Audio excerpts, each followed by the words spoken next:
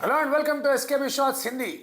आज से WPL start हो रहा है। आज का पहला मैच है Mumbai Indians versus royal Challengers Bengaluru.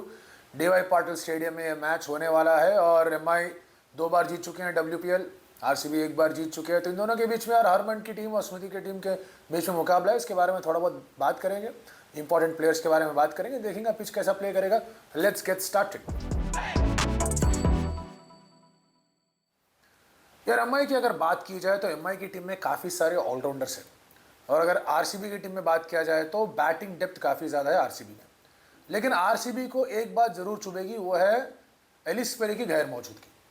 Ellyse Perry ने पहले ही बता दिया था कि इस सीज़न जो है वो खेल नहीं पाएंगी, फिर भी RCB ने उनको रिटेन किया और कोई रिप्लेसमेंट उन्होंने नहीं मांगा और सोच रहे थे कि जो भी उनका बैटिंग डेप्थ है, देखिए जॉर्जिया वोल सामने ऊपर बैटिंग करते हैं, फिर इसके बाद ग्रेस हैरिस है आपके पास, उसके बाद नडीन डी क्लार्क है, फिर इसके बाद आपके पास अरुंधति बैटिंग कर सकती है, श्रेयंका बैटिंग कर सकती है, पूजा वस्त्रकर बैटिंग कर सकती है। तो बैटिंग डेप्थ ज़रूर है RCB के पास, लेकिन जो एलिस पेरी लेके आते हैं टेबल पर वो शायद नहीं है।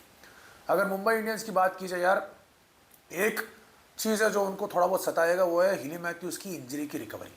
बहुत दिनों के बाद हिली मैथ्यूज़ फिर से क्रिकेट खेल रही है, तो कैसे उनका वो स्टार्ट होगा, कैसे खेल पाएंगी, ये एक बढ़िया सवाल यहाँ पर पैदा होता है। और दूसरी बात यह है कि जो ओपनिंग पार्टनर है उनकी, शायद कमलनी आएंगी खेलने के लिए, तो हिली मैथ्यूज़ और कमलनी ओपनिंग करेंगी। ये ओपनिंग सलामी बल्लेबाजी कैसी रहेगी, ये एक और कंसर्न भी है। अगर बॉलिंग की बात की जाए तो शबनम इस्माइल तो है ही है, ज़बरदस्त बॉलर है और मेरे ख्याल में यहाँ पर लग रहा है कि नैटसिवर ब्रंट जो है वो सेकंड पेसर बनेंगी और अमनजोत कौर जो है वो थर्ड पेसर बनेंगी। स्पिन के विकल्प तो काफ़ी सारे हैं, सजना सजीवन है उनके पास, सईका इशाक भी है उनके पास, तो स्पिन के काफ़ी सारे ऑप्शंस, एमेलिया कर भी है उनके पास, तो स्पिन के काफ़ी सारे ऑप्शंस मौजूद हैं और काफ़ी अच्छे गेंदबाज भी हैं। पर बैटिंग में अगर देखा जाए तो शायद यार देखो, 3 में नैटसिवर ब्रंट, 4 में हरमनप्रीत कौर, 5 में एमेलिया कर और फिर 7 में शायद अमनजोत कौर। और ये बीच में जो भी यहाँ पर बैटिंग का इधर उधर हो रहा है तो वो थोड़ा बहुत मुंबई को ट्रबल कर सकती है। लेकिन ऑलराउंडर्स तो काफ़ी सारे पड़े हुए हैं मुंबई इंडियंस के पास, जिसका फ़ायदा हरमनप्रीत कौर उठाना चाहेंगे जब वो बतौर कप्तान फील्ड में उतरेंगी। अगर RCB की बात किया जाए तो मैंने पहले कह दिया कि बैटिंग डेप्थ काफ़ी ज़्यादा है, लेकिन बॉलिंग में क्या वो पकड़े जा सकते हैं। देखिए लॉरेन बिल है, फास्ट बॉलर है, पूजा वस्त्रकर है उनके पास, अरुंधति भी है, उसके बाद श्रेयंका पाटिल स्पिन बॉलिंग कर सकती है उनके लिए, Radha Yadav left arm spin कर सकती है। क्या वो रावत को लेके आएंगे थोड़ा लेग स्पिन कराने के लिए, वो एक देखने वाली बात है। और जब एलिस पेरी वन डाउन नहीं खेल रही है तो उनकी जगह कौन लेगा, कौन खेलने वाला है वन डाउन? तो शायद मेरे ख्याल में गौतमी आएंगे खेलने के लिए।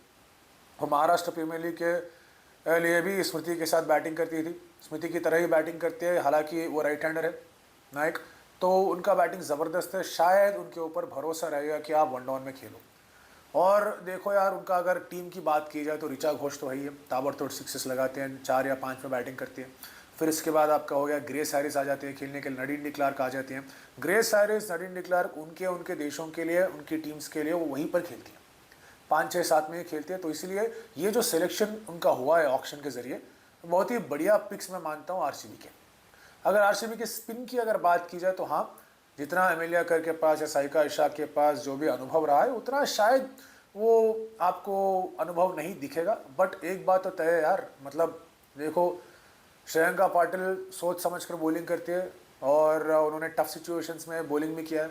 और पेस बॉलिंग बैटरी जो है RCB का MI से ज़्यादा है, तो MI जो है थोड़े स्पिन के साथ RCB को मतलब थोड़ा कंटेन करना चाहेंगे। RCB का स्पिन ठीक ठाक है, लेकिन पेस बॉलिंग जो है उनके पास काफ़ी सारे ऑप्शंस है। उम्मीद यही करेंगी स्मृति मंदाना की यार पूजा वस्त्रकर की जो रिकवरी वापसी जो भी हो रही है वो ठीक तरह से हो जाए, अच्छी तरह से वो बॉलिंग कर दें, क्योंकि वो बहुत मायने रखता है उनके लिए।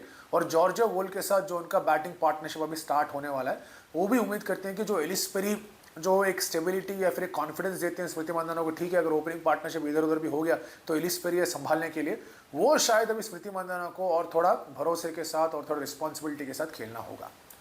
स्मृति का बल्ला चल गया तो RCB के लिए सब कुछ ठीक ठाक हो जाएगा, अगर नहीं चला तो भी ठीक ठाक कर सकते हैं, लेकिन स्मृति का बल्ला समझो चल गया तो पूरा सेट होने वाला है। और स्मृति के खिलाफ क्या वो ऑफ स्पिनर्स को लेकर यहाँ पर हरमनप्रीत कौर थोड़ा बहुत अटैक करना चाहेंगी, ये एक देखने वाली बात ज़रूर होगी। और Nat Sciver Brunt bowling opening bowling share करते हुए, वन डाउन में बैटिंग करते हुए कैसा उनका खेल रहेगा, ये भी एक देखने वाली बात है। तो जाहिर सी बात है यार, देखो हिली मैथ्यूज़ है वहाँ पर, इंपॉर्टेंट प्लेयर्स की बात कर देता हूँ। हिली मैथ्यूज़ हरमनप्रीत कौर, अमिलिया कर, शबनम इस्माइल काफ़ी इंपॉर्टेंट प्लेयर्स बनेंगे यहाँ पर अलॉन्ग विद नाटसेवर ब्रंट मुंबई के लिए। स्मृति मांदाना, जॉर्जिया वोल, ग्रेस हैरिस, मेरे को लग रहा है कि नडिन डी क्लार्क एंड प्रॉब्ली पूजा वस्त्रकर यहाँ के मेन प्लेयर्स बनेंगे। बाकी सारे तो हैं ही हैं सपोर्ट करने के लिए। यहाँ का 5 बोल दिया, यहाँ का 5 बोल दिया। अब देखेंगे क्या होने वाला है। शाम को जुड़ेंगे फिर से आपके साथ, मैच के बाद उसके रिव्यू के साथ आ जाएंगे। डीवाई पाटिल में मैच हो रहा है यार, पता है ना डीवाई पाटिल क्या है? डीवाई पाटिल में ही हम लोगों ने वर्ल्ड कप जीता वहाँ पर, और डीवाई पाटिल को लेकर काफ़ी सारे अच्छे मेमोरीज भी हैं दोनों की टीम की, इंडियन खिलाड़ियों को। तो अब देखा जाएगा क्या होगा, कैसा खेल रहेगा उनका। दोनों के टीम्स के बारे में तो मैं बोल चुका हूँ 11-11, और 5-5 इंपॉर्टेंट प्लेयर्स भी बोल चुका हूँ। आप बोलिए क्या लगता है कौन जीतने वाला है, क्या उनके 11s होंगे, वो भी कमेंट में बता दीजिएगा।